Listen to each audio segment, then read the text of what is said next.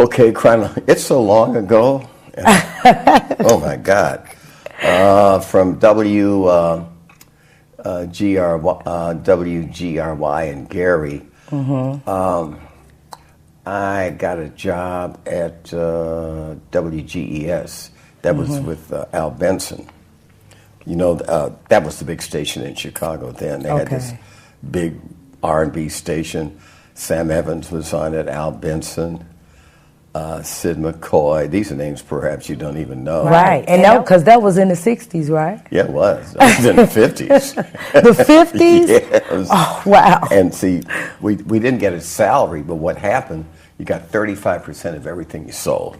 And you get out there in the streets and sell those commercials, and some of the guys made big money. Really, for that time, really, really big money. Wow. I mean, I'm just kind of condensing that because in between time, I got a job at NBC and learned more radio over there and was mentored by Hugh Downs. Is that a name that rings a bell? Yeah. So now we're coming. Now you're coming along, right? So it was something I really wanted to do. So I teach at Chicago State now. I teach 3 days a week, 2 hours a day, and I tell them, you're not going to get anywhere just coming down here and being in class 3 days a week, 2 hours a day. You have to live it, breathe it, and want it. Get up thinking about it, go to bed thinking about it. Exactly. I think in any of these things that you do, if you want to play a guitar, be a drummer, or any things of that nature, you need to be into it 24/24 in order to really do it. So with you, how long have you been teaching at the college? About 10 years. Wow. Yeah. Wow. So your every day, besides, because you're doing the radio and you're doing the college thing, you also have done a lot of work with the different communities here in Chicago.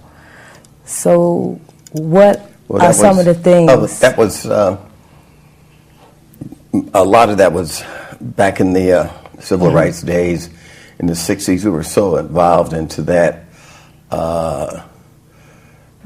When black people learned not to eat pork, and I still eat it, but they learned not to eat pork and to stand up for their rights. We had the sit-ins, the drive-ins.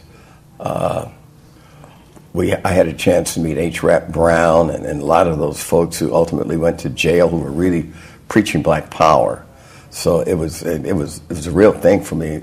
I did a thing at Channel 7 when Dr. King got assassinated. They had all the black leaders, and I was the narrator for that show on Channel 7 a long time ago. Wow. So I mean, I've done a lot. Yeah, I know. It was more, I think, for me to do then than there is today. Basically, today I do teach these kids, and whenever there's a chance for me to do a civil rights thing, I would do it. But I was right in the thick of it back in the days. Yeah, but coming up, closer as the years go on, you were actually honored for Bronzeville, the mayor of Bronzeville. Tell me a little bit about that. Well, when I got it, it was not as predominant as it was back in the 50s. In the 50s, the mayor of Bronzeville, say like 55, 56, if I'm not mistaken, was really a big thing here on the south side of Chicago. They had a guy named John L. Lewis, and they had a lady who was very popular, and everybody was around Jerry's Palm Tavern. It was really big. It kind of fell out of style, and maybe 10 years ago they revived it, and we had a little race for mayor. Okay. And I won that, and I've done that for a while. It was a lot of fun. Okay, and you also was honored for the Radio Hall of Fame. Now, that had to feel good. Well, I'll tell you, it made me feel old. Oh, no. I'm the oldest living R&B disc jockey in the world, according to the Guinness Book of... Oh, no, that's the Guinness Book. The Hall of Fame, this is a different one. Okay, no, that one, that was a good one, too. The Radio Hall of Fame comes out of Chicago here. Okay. They have another version of it out in New York, but I think the one that we have in Chicago is